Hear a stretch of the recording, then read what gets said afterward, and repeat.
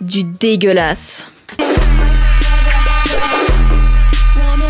Bon, j'arrête pas de vous dire de laver vos pinceaux, de ne pas stocker votre make-up dans la salle de bain, blablabla, bla bla, mais j'ai bien remarqué que vous le faites toujours pas, je l'ai vu, hein. Et ce que je trouve le plus ignoble dans le make-up, c'est ce qu'on trouve dedans. La chaîne As Is a déjà fait l'expérience. En fait, ils ont demandé à 4 filles de ramener leur make-up quotidien, en fait, les produits qu'elles utilisent le plus. Ils ont fait des tests bactériologiques dessus. Ils ont trouvé notamment 2 staphylocoques différents. Il faut savoir que c'est des bactéries qui peuvent causer des intoxications alimentaires et même parfois des infections graves et potentiellement mortelles. Ils ont trouvé des bactéries aussi qui sont liées à de l'angine, la méningite, des problèmes gastro-intestinaux, la diarrhée et des infections urinaires. Tout ça dans votre make-up que vous mettez sur votre visage. Donc si j'ai enfin réussi à vous convaincre de laver vos pinceaux, la deuxième chose à faire, c'est de désinfecter votre make-up.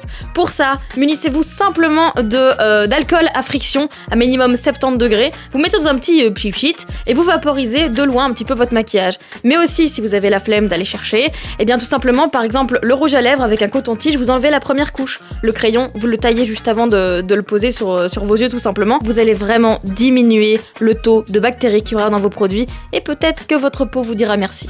Mes frères, depuis quand il y a de la diarrhée dans mon make-up? Les gars, j'imagine que vous avez déjà entendu plein d'histoires comme quoi c'est pas tel acteur qui aurait dû jouer ce rôle mais un autre. Comme par exemple Jim Carrey qui aurait dû jouer le rôle de Jack Sparrow. Ou alors encore Marianne James qui aurait dû faire Madame Olympe Maxime dans Harry Potter. Mais aujourd'hui, je vais vous parler d'un autre acteur et d'un autre film, c'est le film Lovely Bones. En gros, l'histoire, c'est qu'une fille a été assassinée et toute sa famille va chercher en fait qui est l'assassin. Et elle, de l'au-delà, elle voit en fait la progression de l'enquête. Voilà.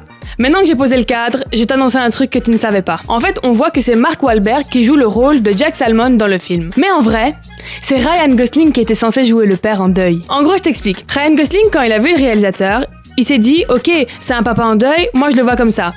Mais ils n'en ont pas vraiment discuté avec le réalisateur parce que voilà, c'était un gros film, ils avaient beaucoup de projets, ils avaient beaucoup de trucs à faire. Donc Ryan Gosling, il s'est dit je vais prendre 30 kilos en plus, comme ça je vais être la caricature du gros papa. Et quand il est arrivé pour jouer le rôle du papa, ben tout le monde était choqué, enfin ils ont dit mais non mais ça va pas du tout, tu corresponds pas du tout à ce qu'on voulait en fait. Et finalement, Ryan Gosling a déclaré je suis gros et sans emploi. Hello darkness my old friend. Et en tout cas, moi je trouve ça vraiment dégueulasse. He's still fine. Il y a des choses qui ne se mangent pas chez nous, qui se mangent ailleurs dans le monde, mais qui ne devraient pas se manger, d'après moi, c'est mon humble avis. Est-ce que vous avez déjà vu les œufs de 100 ans? Les œufs de 100 ans, c'est, on va dire, un plat typique de Chine.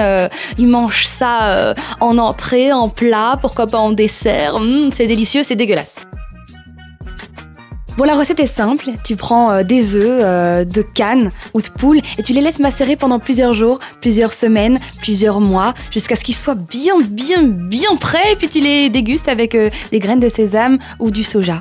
Est-ce que t'as déjà goûté de la cervelle d'écureuil? C'est une spécialité du sud des États-Unis et ça nous rappelle que ce beau pays est construit dans un coin où il y a beaucoup d'écureuils, donc il y a bien de quoi manger. Direction l'Indonésie où on mange des chauves-souris. Ça donne envie. En fait, les chauves-souris là-bas sont servies en sauce. Il est bon de savoir tout de même que les chauves-souris peuvent être porteuses de l'Ebola et leurs fientes peuvent apporter l'histoplasmose. Alors on fait attention avec les fientes de chauves-souris quand même. Et vous les gars, vous préférez l'œuf ou la chauve-souris? Ça, c'est dégueulasse, c'est dégueulasse. On va commencer avec le 7-7, ce groupe de rap de BX. Et donc dans leur album Bowlers, il y a un son qui s'appelle Lady Boiler et c'est juste incroyable. Faut savoir que dans le clip, il se trouve dans le vagin d'une meuf. Exactement. C'est-à-dire qu'il y en a un fait les flingues qui est à l'intérieur du vagin et on voit le gynécologue de l'autre côté avec la meuf écartée sur la table, quoi. Donc c'est vraiment un espèce de Inception assez spécial et très intimiste. Dans le hoodie, c'est le zoo. Escorté par mon crew. 7-7, garde à vous, c'est loin des jaloux. Il y a vraiment que eux pour faire un truc aussi dingue et c'est pour ça qu'on aime le 7-7. Alors deuxième clip, j'ai juste envie de dire sacré Robbie Williams. En 2000, il sort un tube qui s'appelle Rock DJ et quand j'étais petite, ça m'a toujours traumatisée parce qu'à un moment, il fait un truc juste fou, j'ai pas compris pourquoi. La preuve en image.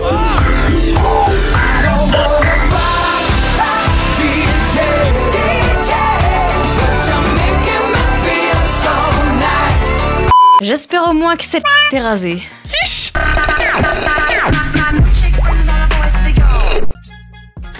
Bon bah tu sais ce qu'il te reste à faire, hein. Follow, like et partage.